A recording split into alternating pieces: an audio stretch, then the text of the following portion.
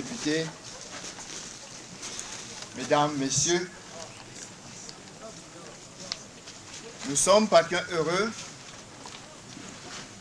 d'être avec vous en cette fin de journée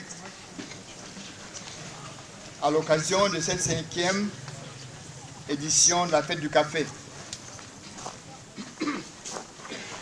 qui intervient après la première édition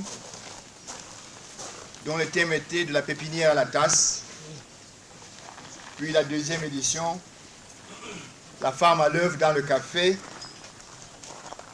la troisième, de la qualité en quantité, puis la quatrième, coffee testing, chaque planteur goûte son café et celui des autres. En 2013, notre thème porte sur le rajeunissement, la mutualisation et la mécanisation. Comme pour les autres éditions de la Fête du Café, l'objectif visé est de nous familiariser, de revenir plus fortement à la production du café. Après une période de crise, si je puis dire ainsi, qui s'expliquait essentiellement à cause de la qualité du café sur le marché, pas tellement parce que le prix du café avait baissé. C'est pour cela que quand nous parlons de la fête du café, nous disons aussi que cette fête est l'occasion de réflexion, d'échange, de bilan aussi en ce qui concerne ce que nous faisons dans nos plantations et ce que nous devons de faire.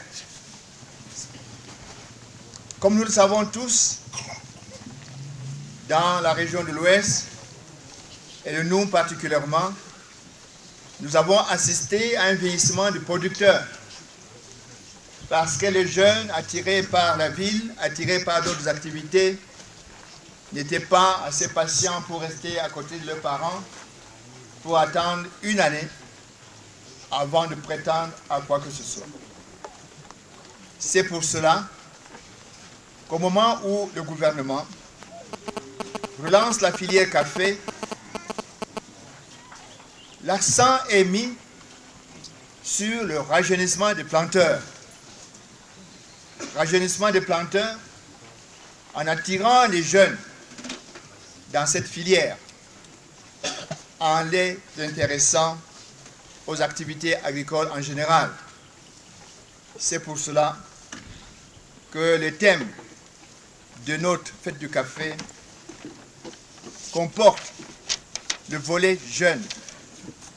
Comment amener les jeunes à reprendre goût à la culture du café ou à découvrir la culture du café.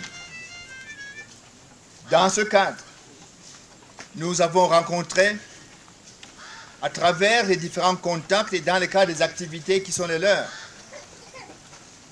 un accueil pour développer des activités de formation, de sensibilisation des jeunes. Et hier, la première promotion qui a suivi la formation avait présenté les rapports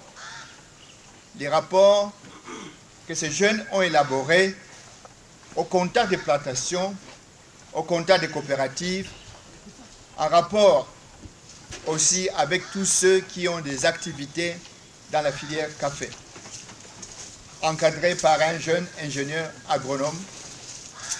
Ils ont pu ainsi être formés, soit pour reprendre les plantations de leurs parents ou de leurs, soit pour créer d'autres plantations, soit pour être des conseillers auprès des planteurs.